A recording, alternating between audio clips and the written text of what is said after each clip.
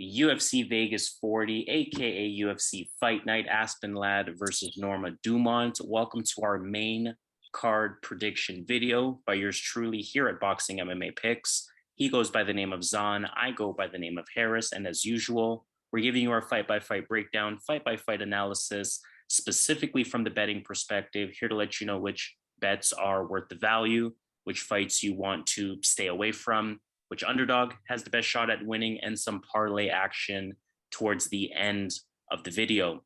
If you haven't checked out our prelim card prediction video already, make sure you go ahead and do that. We've provided some great picks in there to set you up for this main card. And you know what? We're going to get right into the main card at that point. So we have 5 fights. The main event is Aspen Ladd versus Norma Dumont. But before we get to the main event, we are going to get into fight number 1. And in fight number 1, we have Julian Marquez taking on Jordan Wright. I'll start with breaking this fight down. Julian Marquez, he beat Sam Alvey back in April. He's on a 2-fight win streak now. Look for him to control the center of the octagon, use a lot of fakes, use a lot of feints, has that consistent forward pressure, very heavy hands, really likes to engage as well. Cardio is always in question with Julian Marquez, though, with such a big frame that he has. But he looked sharper. He looked better paced in his last fight versus Sam Alvey. So I'm not as concerned as I once was in that department if he continues to show improvements with his IQ, which I think he will. Jordan Wright, on the other hand, he beat Jamie Pickett back in May. He has that karate style on the feet. He has a kick-heavy approach, spin kicks, and different things like that. You know, decent tie clinch. We saw him use that in the Jamie Pickett win. And I feel like his chin may be a little bit suspect. That chin could be his downfall. Of course, like I mentioned, Julian Marquez is a pretty big hitter. I do think this fight will stay on the feet. We see neither guy have any sort of takedown numbers here. Julian Wright should be fighting from the outside in this one. Jordan Wright, I should say, should be fighting from the outside in this one. I feel Julian Marquez is too physically strong to succumb to Wright's tie clinch the way that Jamie Pickett did. And I'm looking for Julian Marquez to have a more effective game plan outside of a home run flurry by Jordan Wright. So I just think Julian Marquez better on the feet, more effective on the feet, more of an MMA style to be effective, bigger, potentially stronger as well. Obviously does not have the reach advantage, but I don't think he needs it. But Julian Marquez, I'll keep it short. He's going to be my pick, minus 230. I'm not too mad at that. Yeah, what's the odds on this fight? Say it again. What's the odds on this? Minus 230 for Marquez, plus 190 for Jordan Wright. Okay. So yeah, I figured Wright's gonna be the underdog. I think this could be a trap. Like I really do. And I'll explain. Jordan Wright, 12 wins, 1 loss. He has that karate. He has that one shot at strike that can just put you down.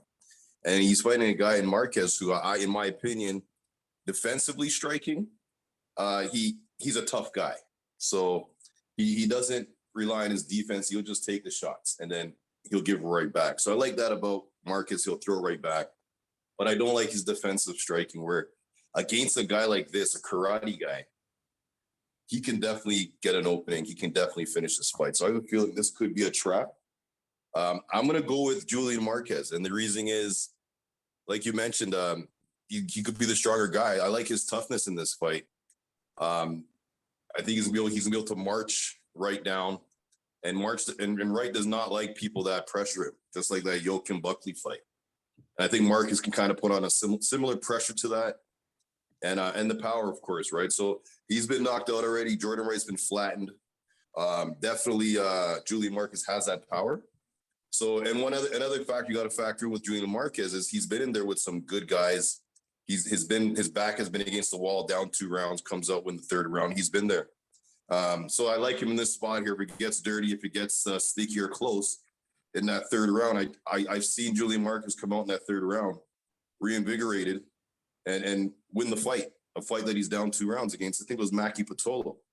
So I like Julian right in that spot. I'm going to take him because of his heart as the fight goes on. But again, I wouldn't be surprised Jordan catches him in that 1st round. But I see it after the 1st round. The fight's going to go towards Marquez, his pace, his pressure, and this guy has a big heart, right? So I like Julian Marquez for his heart to get this done. Let's move on to fight number 2. This is a fight that we have talked about, it feels like several times at this point as it continues to be rescheduled. We have Manon Fiorot taking on Mayra Bueno Silva. I won't spend too much time on this as a result because, again, we have reviewed this specific fight in the past. Fiorot, she's on a 7-fight winning streak since losing her professional debut. She beat Tabitha Ricci back in June. Southpaw, karate-style fighter, very dynamic striker, interesting movements in the ring, shuffle kicks, side kicks, punches and kicks moving backwards, punches and kicks and combinations, almost moves like Stephen Wonderboy Thompson at times in the ring, moves very well laterally. She's a hard target to hit unless you can effectively pressure her and cut the ring off. Strong clinch. I've seen her land takedowns as well, even against wrestlers. Top control is pretty solid. I've seen solid grappling out of her. She's one of these girls in this flyweight division that really could be next up. Really is a legitimate prospect, potentially a legitimate contender as well. And I think the UFC is sort of setting her up to really move her up the ranks pretty quickly. Mayra Bueno Silva, she had a majority draw in her last fight versus Montana De La Rosa in February. She is considered a striker, solid striker, bit of a Muay Thai style, fights a little bit tall. She won't be the taller fighter in this one, but she has that sort of tall Muay Thai style of stand-up. Comes forward, punches and kicks, front kicks for distance, a strong Thai clinch as well. She eats shots, and even though she doesn't show it, she likes to return with something as well. But like I said, she eats shots, and that ultimately could be what works against her here. I simply put, I feel like there's levels to this. I feel like Fiorot is at a higher level, especially in a fight that could stay on the feet ultimately until Fiorot wants to take it down. More tools, better striking, higher level, minus 220. I'm not mad at all. I really like Manon Fiorot in this spot. Yeah, this is a step up for Manon Fiorot as far as oppositions go. She's fighting a really game opponent in Mayra Bueno Silva. If Bueno Silva had better wrestling and could get this to the mat, I think her high-class jiu-jitsu should be able to lock in a submission or even backpack Manon Fiorot for the entire round. I think her grappling is really high level. You saw what she did against another black belt or another high-level jiu-jitsu fight. I'm not sure if she's a black belt in Julian Robertson. Got an armbar in that fight. So she has real high-level stuff when it comes to grappling. But I think that if this stays standing up, if this stays striking, and Manon is very, very aggressive, that she's going to be able to utilize that aggression to keep it on the feet, utilize that strength to keep this fight on the feet. She's very athletic. And I just think that her stand-up is vicious, man. Like she has nasty stand-up. And likely this is going to stay on the feet because Bueno Silva can't get the takedown. As long as Manon Fiorot does not go for a takedown and play in Bueno Silva's guard, I think this is a fight she should win with her striking. Overwhelm Bueno Silva. I can see a late stoppage, 3rd round stoppage, 2nd round stoppage, but I'll just take the win. Let's go Manon Fiorot to get this done. Decision or knockout. Fight number 3 in that case. Now, this is a tricky one here. We have someone who is one of the most veteran UFC fighters in Jim Miller taking on a newcomer in Erick Gonzalez. Jim Miller, he lost to Joe Selecki back in April, 2-fight losing streak now at this point. Good wrestling, good grappling. That's sort of his MO. Those are his specialties. Southpaw on the feet. Stand-up is, I guess I would say, serviceable. Probably not the best footwork, though. On the feet, he's willing to engage, willing to throw shots, willing to throw different shots, I should say, diversify his striking approach a bit, use the calf kick with some regularity as well. 1.6 takedowns per fight, 43% accuracy, not amazing or not smothering or overwhelming of a wrestling style. But like I said, that wrestling and that grappling is still his specialty. Erick Gonzalez, on the other hand, he's on a 2-fight win streak coming into his UFC debut. He last fought in August. From what I've seen, pretty comfortable on the feet, decent movement, regular calf kicks as well coming on his end. I've seen him stance switch as well. Good striking, diversity, looks a bit out of control sometimes on the feet though. So I'm curious to see how that plays out in the UFC. Looks like he does have some clinch work as well from what I've seen. I've seen him use some takedown entries. I've seen him land them. I wouldn't necessarily call him a wrestler. Of course, I don't know too much of his background, but I have seen him land some takedowns. This is a very interesting fight, very hard fight to call. You see Jim Miller there as a favorite with good reason. Of course, he is the veteran. He is the one with UFC experience. But the fact that Jim Miller isn't a smothering wrestler sort of makes me think that the newcomer is at least live here in this fight as an underdog. Jim Miller has a ton of UFC mileage on him. That'll either allow him to game plan well, or we're going to truly understand if Jim Miller is done at this point. Miller's style is a bit cleaner. Of course, his wrestling and his grappling, should be more effective as well. But for some reason, I'm leaning on the side of the newcomer. I don't know if it's the size. I don't know if it's the reach advantage. I don't know if it's what I saw in the stand up, or I don't know if it's sort of just rolling the dice to see if Jim Miller is officially done at this point. But I'm going to go with the newcomer. I'm going with Erick Gonzalez on this one. I think he's going to come in. I think he's going to try to make a statement, and to get Jim Miller on your resume in your first UFC fight, definitely put some momentum behind you. So I'm going with Erick Gonzalez. This is a bit of a dice roll here. Analysis says Jim Miller is the more solid pick to go with, but of course, older fighter. Hard for me to go with the older fighter. So I'm going against him in this case. I'm going with the newcomer Erick Gonzalez at plus 165. Yeah, I don't blame you, man. Like, I don't know what to make of this fight here, because Jim Miller, obviously he's getting up there in age, and you'd think that the UFC, if they're going to put a young guy in there with them, a new guy, it's someone that they want to push, or someone that they're looking at as someone that can carry on and kind of bounce off of Jim Miller's name. Well, then I watched some footage on this guy, Erick Gonzalez. I was not impressed. Like, he was just spamming a bunch of kicks. He wasn't really measuring the distance. His ground games, it was non-existent. So I want to go with you with Erick Gonzalez just because of his age.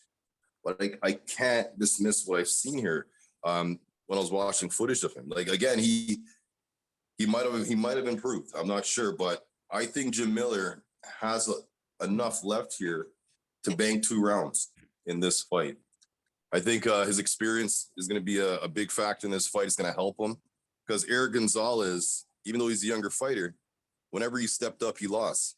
Humberto Bandone, Rafa Garcia, Andrei Quintana, whenever he stepped up, he lost. And he has no real good win on his record. And he's been fighting since 2015. So I'm going to go with Jim Miller, hoping he has something left. But again, this is a fight you definitely got to stay away from. This Gonzalez guy throws a lot of kicks, and any one of those kicks can land on this old guy, right? And the fight's over. So you got to be careful. But I'm going to go with the better skilled guy. But I don't blame you for your pick here, because I have a feeling that Jim Miller gets flattened. His last fights, I've always picked against Jim Miller. So, but again, tough fight. I got to make a pick, Jim Miller, but I'm not putting a bet on it.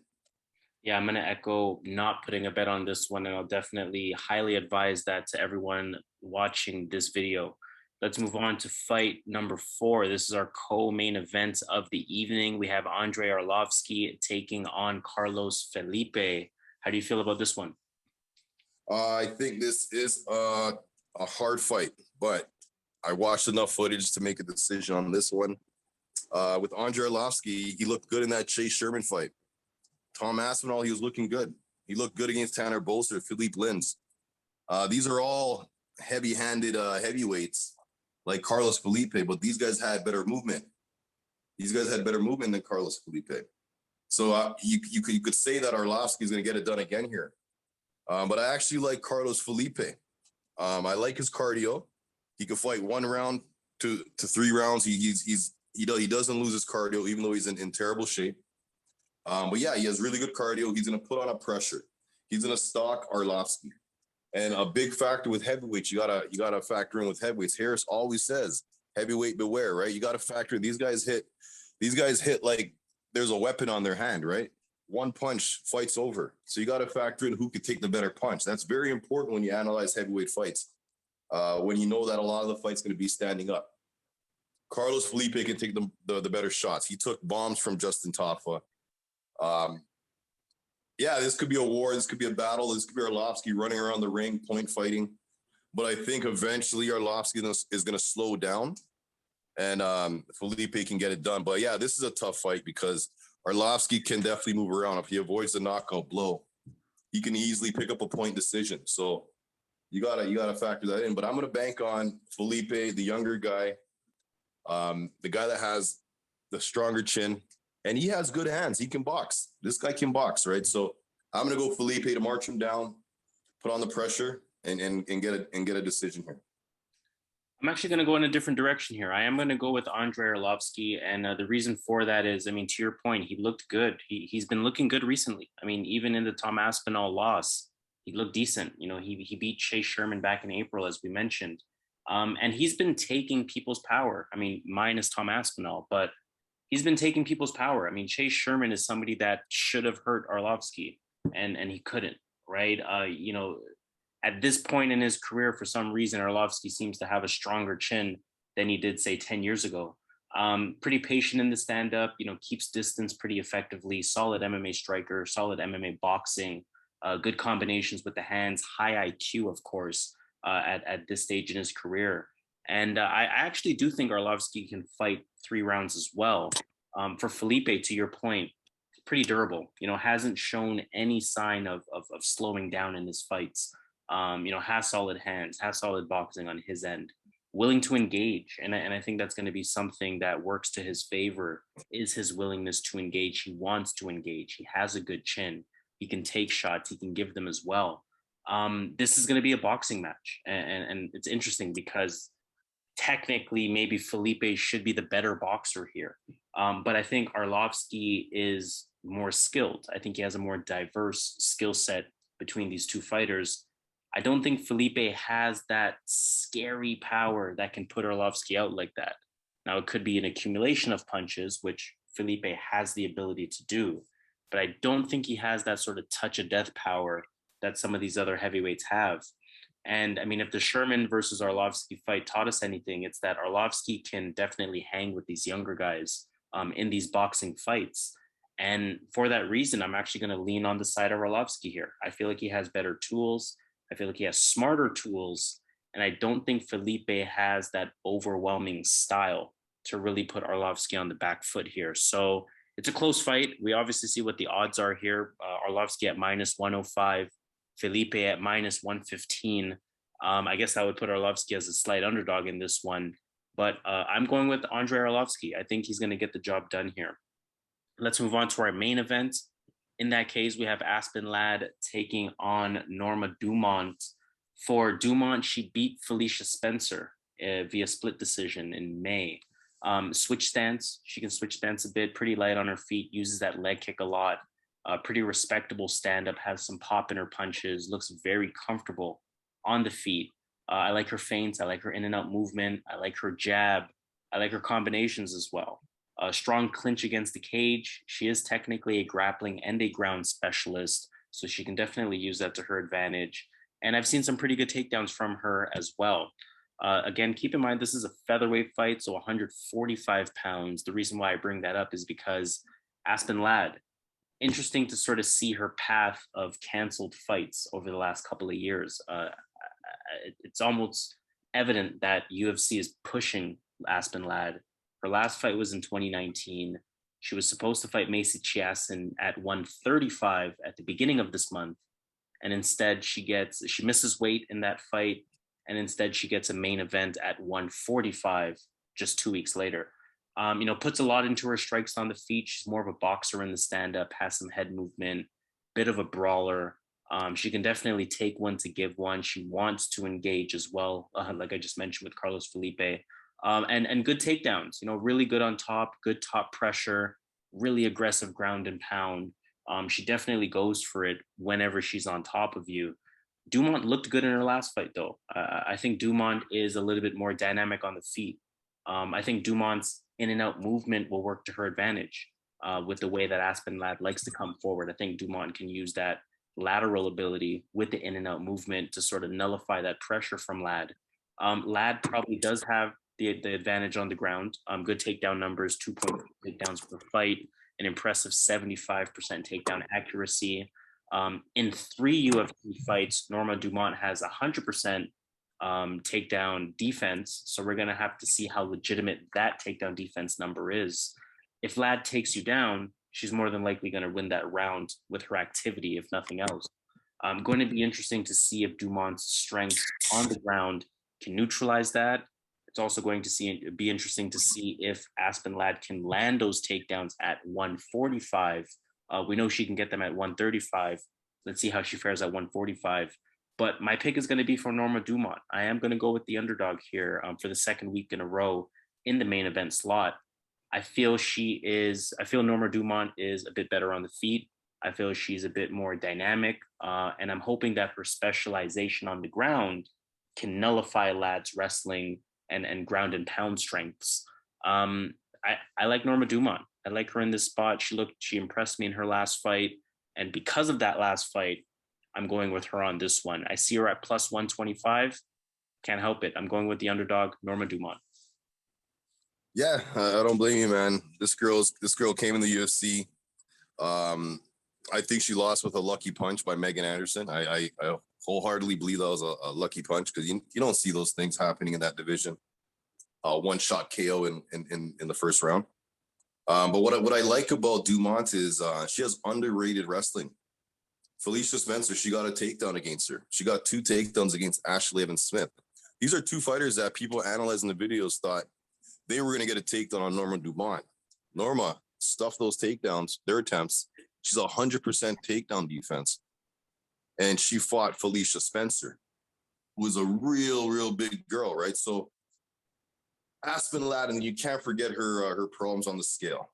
You can't ignore that.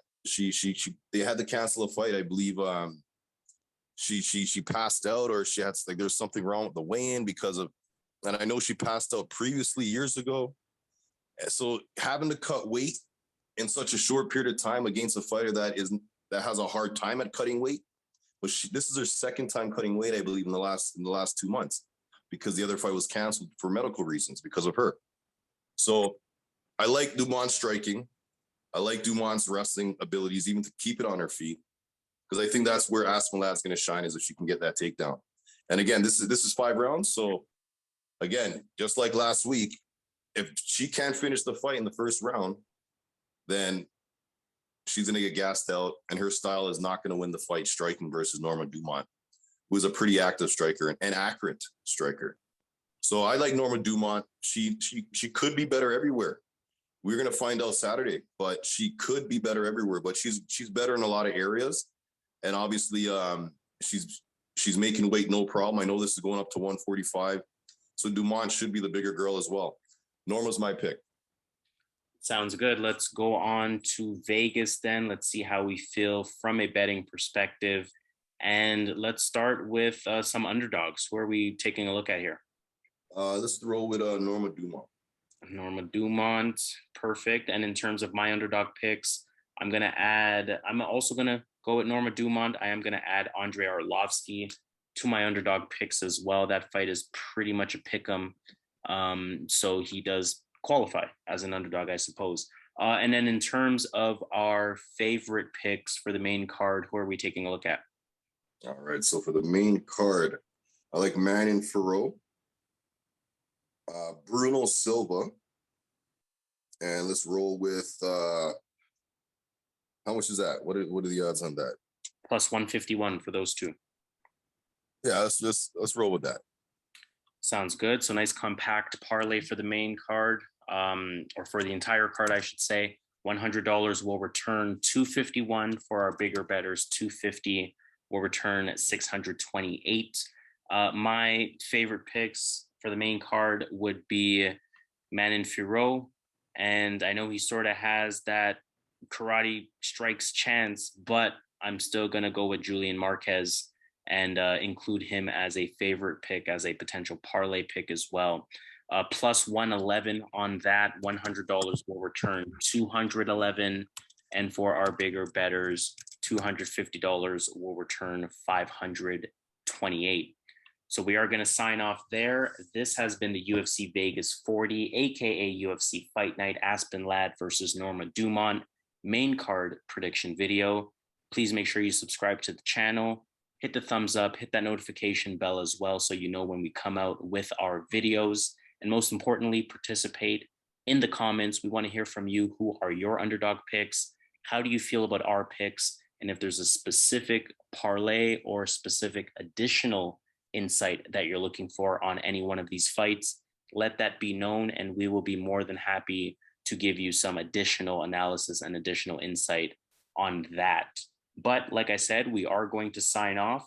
UFC Vegas 40, aka UFC Fight Night, Aspen Ladd versus Norma Dumont.